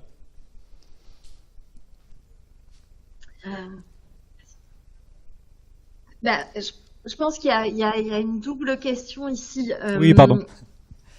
Nous, à Caen, on a une histoire longue des cours à distance et de l'hybridation, parce que dès les années 60, le service dans lequel on travaille diffusait des cours sur les ondes, donc des cours radio diffusés sur les ondes. Donc cette culture de l'hybridation des enseignements, c'est quelque chose qui s'est fait petit à petit depuis ces cours envoyés en fascicules papier. Puis il y a eu toutes les étapes, il y a eu les cassettes, les CD-ROM, les DVD, il y a vraiment eu toute cette étape-là. Donc on est sur une progression qui est lente et qui à la fois fait que, en fait, finalement, en termes d'accessibilité numérique pure, les cours radio avec les fascicules papier, c'était pas pire. Parce que du coup, on a l'audio, on a l'écrit, c'est un doublement, parce que les cours, ils étaient vraiment transcrits entièrement sur papier. Et finalement, tout ce qui a été fait depuis le début des années 2000 jusqu'à aujourd'hui, de rajouter du numérique, des plateformes, des médias différenciés, des quiz, etc., finalement, ça vient complexifier les productions numériques que l'on met à disposition des étudiants et créer des nouveaux enjeux en termes d'accessibilité numérique. Et ça c'est quelque chose qu'il faut adresser. Il y a une charge de travail, mais qui est une charge de formation, en fait. Il faut apprendre à faire du web accessible. Mais voilà, la loi de 2005 qui nous contraint à l'accessibilité numérique, elle existe depuis 2005. Donc, c'est pas non plus des choses extrêmement récentes. Il y a une partie du travail qui s'opère par les logiciels qu'on utilise qui eux-mêmes progressent en fait sur l'accessibilité numérique. Il y a c'était plus dur il y a quelques années de produire des ressources accessibles que ça l'est aujourd'hui, parce que tous les logiciels de traitement de texte vont tester automatiquement les pages. Il y a beaucoup d'automatisation qui s'opère, mais il y a un passage nécessaire sur la formation des enseignants. Nous, on forme les enseignants quand ils sont en prise de poste depuis quelques années. On forme les nouveaux maîtres de conférences à l'accessibilité numérique et les doctorants, parce que c'est aussi le moment où ils vont avoir un gros temps de production de ressources. Donc, s'ils sont formés avant, c'est-à-dire que, en fait, prendre en compte l'accessibilité numérique, c'est un travail supplémentaire quand on a déjà des ressources de créer. Mais quand on le fait à l'origine, au moment où on crée ces ressources, c'est pas nécessairement un travail supplémentaire, en fait. D'où l'idée de former nos nouveaux enseignants, parce que du coup, ils vont être amenés très rapidement à produire beaucoup de ressources pédagogiques et du coup, autant qu'ils les produisent directement accessibles. Et après, sur les enjeux pédagogiques, de scénariser des enseignements hybrides pédagogiques, peut-être Carla, tu as des choses à dire sur ça? Non, alors juste pour compléter aussi, c'est pour dire que certes, il y a une charge de travail, mais cette charge de travail, elle est à un instant T et tout ce que vous produisez sera réutilisable, sera recyclable pendant des années. Donc en fait, certes, ça demande un temps de travail, une charge de travail pour les enseignants-chercheurs qui sont déjà en poste, mais ça va aussi optimiser leur temps pour plusieurs années. Donc ça, c'est une partie. Et d'autre part, pour la scénarisation à l'origine, la conception universelle de l'apprentissage, c'est vraiment, en tout cas, avoir en tête que dans son enseignement, essayer d'offrir plusieurs moyens de représentation, offrir plusieurs moyens d'action et d'expression aux apprenants, et offrir plusieurs moyens d'engagement, de motivation aux apprenants. Et en fait, ne serait-ce qu'avoir en tête ces quelques notions, c'est vraiment de différencier les activités pédagogiques, de proposer plusieurs méthodes, de proposer plusieurs formats. Et déjà, et il faut avoir pour moi vraiment la stratégie des petits pas. Moi, j'ai une question. Là, quand vous dites que vous avez travaillé sur l'accessibilité des ressources numériques, il marche ou pas ? Quand vous dites que vous avez travaillé sur l'accessibilité des ressources numériques, vous avez fait surdité et problème de vue. Est-ce que vous avez réfléchi à l'accessibilité pour un étudiant qui aurait des problèmes de mouvement ? Nous, on a un étudiant en fauteuil qui a globalement des problèmes à utiliser ses mains. Et du coup, plus c'est fin, plus la navigation est fine, plus il faut cliquer partout, plus c'est compliqué pour lui. Je pense à des joysticks ou des choses comme ça qui sont peut-être plus utilisables. Est-ce qu'il y a quelqu'un qui travaille là-dessus ou... Parce que pour le coup, la perte de temps pour quelqu'un qui a un problème de motricité sur les ressources numériques, c'est compliqué. Alors, nous, on s'est basé sur les règles du référentiel général d'amélioration de l'accessibilité qui prévoit justement tous ces cas d'usage. Et donc, notamment, l'idée que tout doit être navigable au clavier, c'est-à-dire sans avoir recours à la souris pour les personnes qui, justement, ont des problèmes de motricité fine, sachant que, du coup, les personnes qui ont des problèmes de motricité vont avoir d'autres outils pour naviguer, mais qui marchent de la même manière qu'un clavier. Enfin, ce qu'il y a derrière, c'est la même chose, ça va être les mêmes déclencheurs et le focus va bouger d'un endroit à un autre et puis il va pouvoir valider. Mais l'idée, c'est ça. Après, je ne sais pas si c'est la même personne qui pose la question que la personne qui présentait les TP de biologie. Peut-être, non, ok. Parce que effectivement, là, nous, on est sur un cours en sciences humaines et sociales avec pas forcément de la manipulation. J'imagine qu'il y a des enjeux spécifiques à des disciplines où il y a de la manipulation physique, où là, il y a des enjeux qui sont à se poser dans les salles de TP, comment on adapte ça. Mais ça va être... là, nous, on était sur de la navigation web numérique. En sciences humaines et sociales, donc avec pas beaucoup de manipulation. En TP, on adapte la compétence, c'est-à-dire qu'on raye la ligne en faisant des manipulations précises du référentiel, parce que de toute façon, tout le monde se doute que c'est pas possible. Non, mais vraiment, enfin, en termes d'utilisation, par exemple, on a créé un site Wix pour le portfolio et très clairement, c'est un temps pour lui qui est... En fait, j'aurais jamais pensé que les usages numériques étaient un temps aussi long. C'est pour ça que je pensais à la navigation sur le site d'enseignement aussi qui doit être compliqué, quoi. Voilà. Mais c'est la chose qui nous a le plus frappé dans les tests qu'on a fait avec l'étudiant aveugle, c'est aussi le temps que ça lui met de naviguer.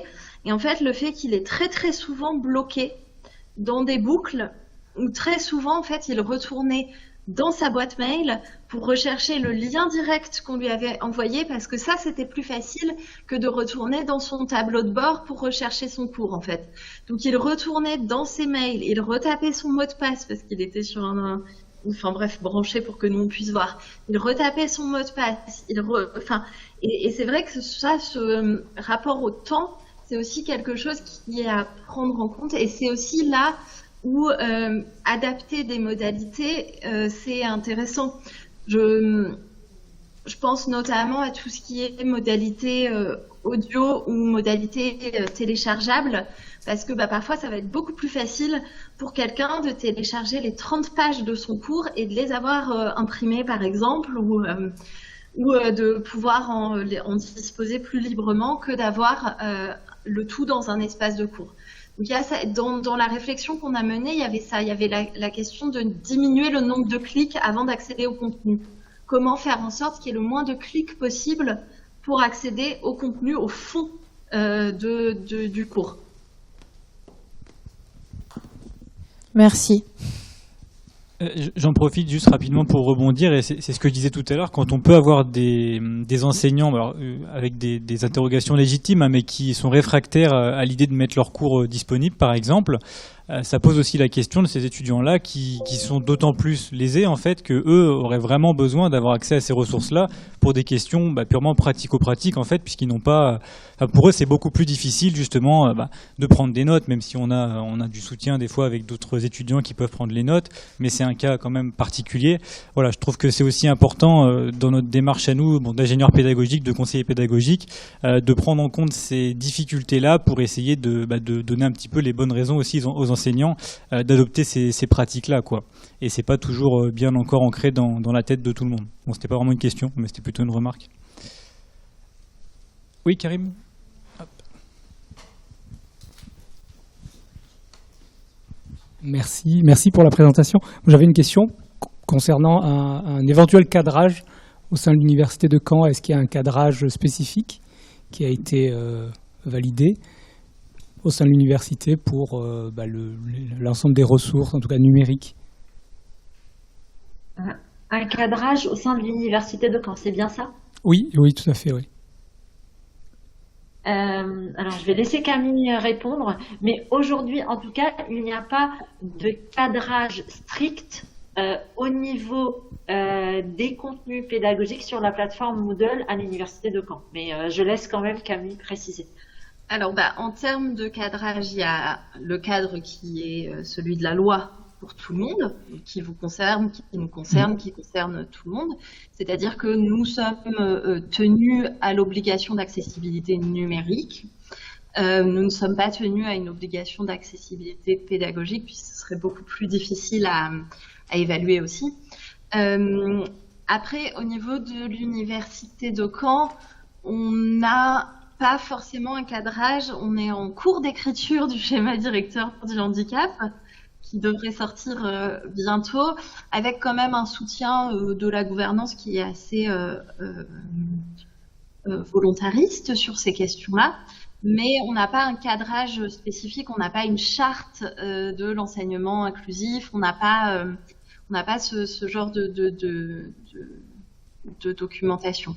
Après, là, le projet qu'on vous a présenté, c'est un projet qui était dans le cadre d'un appel un cours qui est dispensé dans le cadre d'un projet qui s'appelle PIA3 100% IDT, et donc qui est un projet avec d'autres universités autour de la formation des enseignants de l'INSPE à l'éducation inclusive. Donc là, il y avait du coup un soutien très très fort de l'équipe pédagogique pour mener ce travail, parce que il y a vraiment une dimension isomorphique, c'est-à-dire que si les enseignants de l'INSPE ont eux-mêmes reçu des enseignements qui mettent en place une pédagogie inclusive, ils sont plus à même de mener leurs enseignements avec leurs étudiants de manière en déployant ces outils-là, et voilà, il y a l'idée d'avoir un effet cascade, quoi, un petit peu.